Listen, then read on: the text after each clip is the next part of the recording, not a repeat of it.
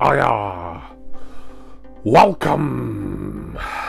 We're at edition number 59 for Minidisc Monday today, and in this episode we're going to look at the debut studio album from a 5-piece group from Southport, Merseyside. Oh, the glamour. And this is a Mercury Music Prize winner, specifically in the year it was released, 1998. I'm got a review today, Bring It On by Gomez. I suck the same line as anyone. I do the same time as anyone.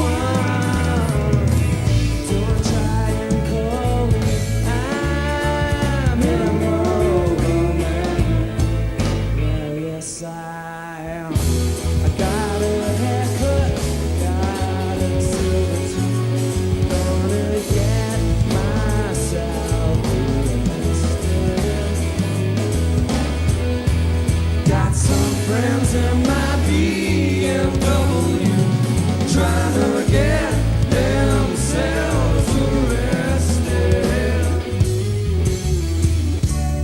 He only grows for guys he loves and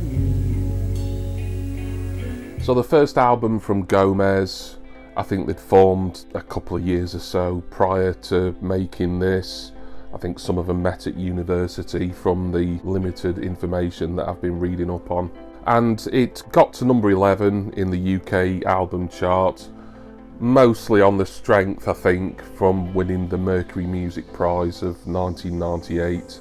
Maybe I'll touch upon that a little bit later when I do my wrap up as to whether I think the Mercury Prize really is anything worth considering when it comes to listening to good music, but that's going to be my opinion anyway.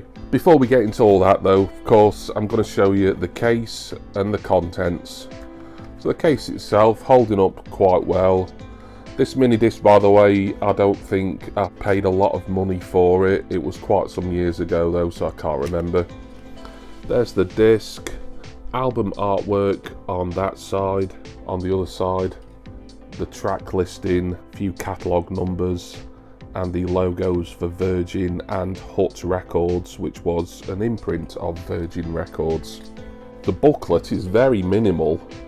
I mean, I'm not quite sure why they even bothered with more than 2 inside pages really, but some sort of artwork there. I don't know if that's by one of the band members, I'd assume so. And some more. Centerfold showing all of the band there. More art. And more. And nothing except a catalogue number on the back page. So I'll listen to this again. This was only the second time that I've heard this. It's not really my scene, if I'm perfectly honest. I can get that out of the way right now, really. Gomez are, I would call them indie blues, really. Very sort of unique for the time, when obviously 1998 we were coming off the highs of Britpop and onto maybe post-Britpop, and I suppose the garage rock revival was still a couple of years or so away at this point. But Gomez, I'll give them credit for doing something a bit different really, and they beat some big names in that year's Mercury Prize, notably the bookie's favourite, Urban Hymns by The Verve, which I reviewed a couple of months ago, as you might remember, during Britpop month here, and also Mezzanine from Massive Attack was also a contender, but Gomez as one of the outsiders, and that seems to be the case really with a lot of Mercury winners over the years. There's some big albums in the list, and then it seems to be one that you wouldn't expect to win. So a rank outsider, often the case really with the Mercury Music Prize. I don't really understand the mindset of the decision makers behind that particular prize. It's prestigious, I get that. It's about showcasing the best of British music every year, but I don't know, it seems sometimes they deliberately pick something that maybe the great unwashed, the masses, the proles, really weren't familiar with until they've actually kind of picked it as at least a nominee, if not a winner of the prize. Anyway, on to Bring It On itself. Opens with track number 1, Get Miles. Yeah, Like I say, it's blues, it's indie blues, it's got sort of electronic bits in it and very slight kind of British indie hangovers, but it's really a couple of guys. I think it's mainly two of the members of Gomez who share the lead vocal duties. One of them in particular really puts on an American accent, and he kind of gets away with it just because of the style of their music really, but it's not to my taste. Track 2, Whipping Piccadilly. I think that was the highest charting single off this album. Number 3, Make No Sound. Number 4, 78 Stone Wobble. That was the debut single from Gomez, I believe. Number 5, Tijuana Lady. Yeah, not bad.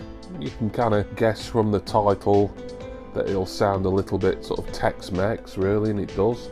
Number 6 was one of the tracks on here that I thought was quite good, maybe one of my favourites on it. Here Comes the Breeze. I did quite enjoy that. Number 7, Love Is Better Than a Warm Trombone. 8, Get Myself Arrested. That's the song that I'm most familiar with really from Gomez, or at least from this album of Gomez. I've got a feeling it was used in TV, maybe in advertising or as background music in a TV series or something at some point, but I can't actually remember. But it is the most familiar track to me, and it's okay, it's fine. Number 9, Free to Run, another highlight, if I can say there are any true highlights on this for me. Number 10, Bubblegum Years. Number 11, the penultimate track on the album, goes on quite a lot. I mean, it's good in places, Ree's Wagon it's called, but at over 9 minutes it just outstays its welcome for me. And it ends with a very, very abrupt and short track, number 12, The Comeback, just kind of like a sting really. It was under a minute, well under a minute, and closes the album out for Gomez and Bring It On. So obviously, as you can probably tell, this isn't an album that I would really personally recommend. Now, you may get something out of this, and a lot of people did. It's had great reviews. Just given my tastes and what I've been into all these years, it's not something that I am going to rush to listen to again, maybe ever, but certainly not for a long, long time.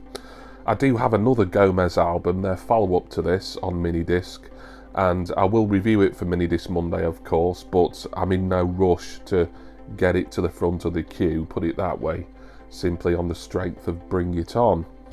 So there we go, that was Gomez, Bring It On, and Minidisc Monday number 59. Thank you all for watching, hope you enjoyed it, and special thanks go to my wonderful subscribers and generous patrons. I'm going to go now, and please will you join me in 2 weeks' time for Minidisc Monday edition number 60. Cheers everyone. See ya!